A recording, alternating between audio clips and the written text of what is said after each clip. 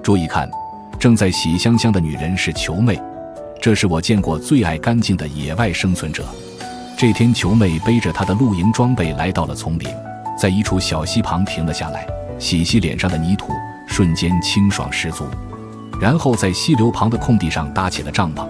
球妹带着的是全自动帐篷，只要撑开，把4角定住就可以。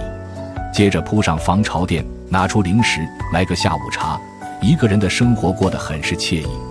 吃完下午茶，去溪流里游玩凉快一下。球妹经过一番摸索，抓到了一只小螃蟹，把它放到包里留着观赏，接着给老铁们来点福利。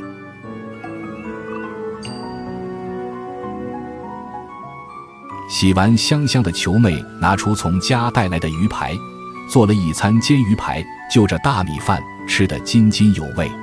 今天的视频就到这里，喜欢球妹的老铁们不要忘记点赞、关注、评论，咱们下期继续。